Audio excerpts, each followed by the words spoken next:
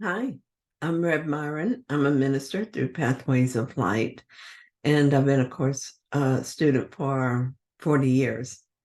I'm going through the text again this year, asking Jesus for clarity as I read, and then I write from that clarity, and that's what I'm sharing with you today. So let's get started. Today we're reading A Course in Miracles, Chapter 6, Section 5b. To have peace, teach peace to learn it. And we're going to read paragraph 5.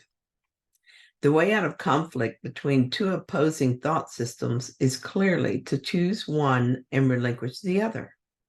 If you identify with your thought system, and you cannot escape this, and if you accept two thought systems which are in complete disagreement, peace of mind is impossible. If you teach both, which you will surely do as long as you accept both, you're teaching conflict and learning it. Yet you do want peace, or you would not have called upon the voice for peace to help you. Its lesson is not insane, the conflict is. It seems self-evident to state that the way out of two opposing thought systems is to choose one and relinquish the other. But if you're trying to do this, you probably have noticed that while the concept is simple, it is not always that easy.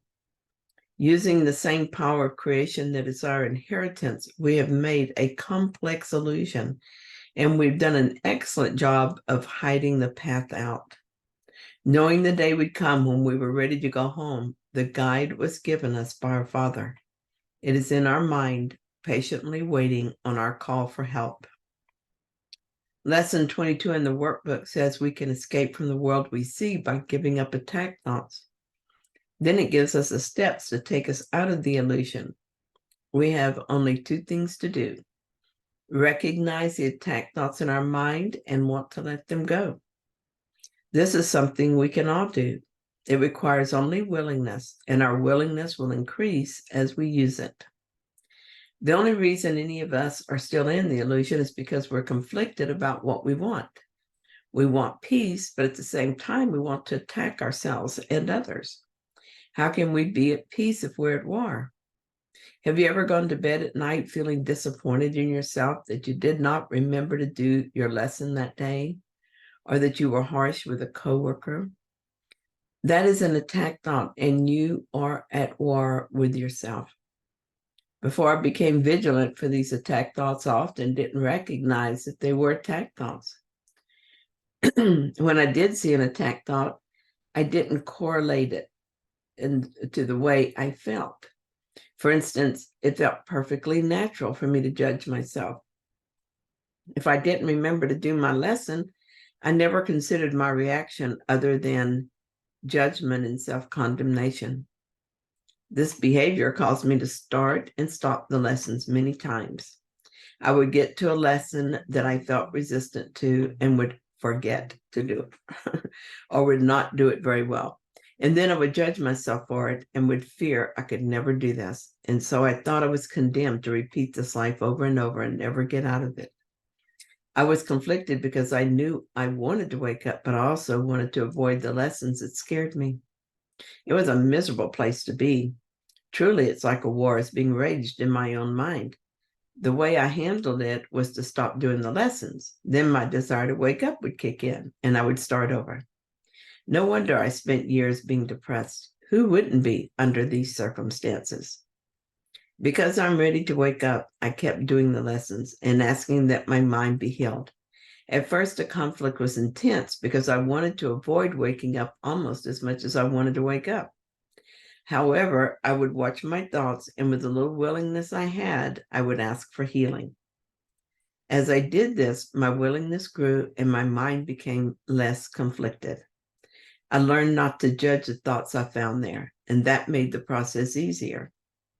Eventually, I would ask with conviction that the Holy Spirit undo what I had done. I am certain that it's not necessary to take as long as I did to reach that level of conviction. I did it one very small step at a time, and it seems it was necessary for me to do it that way at that time. After all, if I could have done it differently, I would have. But I have since discovered that I can stop chipping away at these obstacles to Allah's presence with a toothpick and then just blast them out of my path with a strong desire to be free of conflict.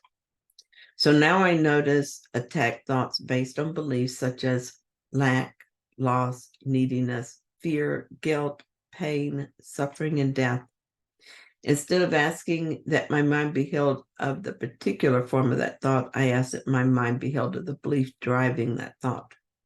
For instance, I notice that I'm not afraid of having enough money to pay a bill. Instead of asking if I were afraid of that, I'm not, but if I were, instead of asking that my mind be healed of that thought, I recognize that the thought represents fear of loss and lack. And I ask that my mind be healed of the belief in loss and lack. I couldn't do that before because I could not believe it was possible to not experience that fear. But chipping away at the many different forms that thought took and experiencing the healing that came with my sincere desire to be free of a certain thought, I'm now ready to know that I can be free of the belief in lack and loss. For a long time, I stayed in conflict. I was unwilling to fully release the belief in lack and loss, and I still wanted peace.